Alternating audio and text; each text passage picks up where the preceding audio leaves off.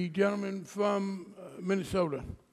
Thank you, Mr. Chairman, and I'll be very brief. I just want to have one comment here. It's related to the amendment that the gentleman from Indiana also has introduced. But, you know, thinking that we can somehow separate safety and soundness and consumer protection and get a better result really gives me pause.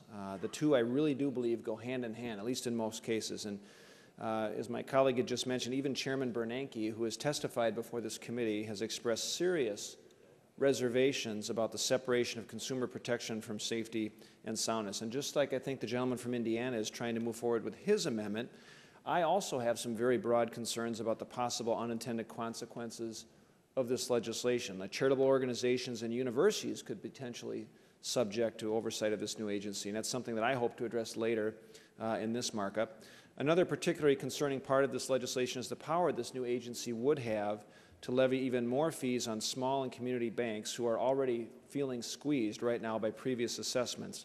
Similarly, it would subject them to compliance to yet one more additional regulator and more regulations. For example, you know, one of my local banks sent me a list of the mountain of regulations they're subject to, and the mountain has like over 250 different regulations or acts or laws that they are subject to right now as financial institutions. And if all of these existing requirements and regulations can't protect consumers, it's not probably smart just to add simply one more. What I think we should do is empower our existing regulators to do a better job strengthening the mission of existing regulators to keep their core mission intact. And so I know that throughout much of the testimony we're going to have going forward on these other amendments, hopefully we'll be able to make some progress. So that's some of the concerns I have, and I support the gentleman from Indiana on his amendment. Thank you. Yield back.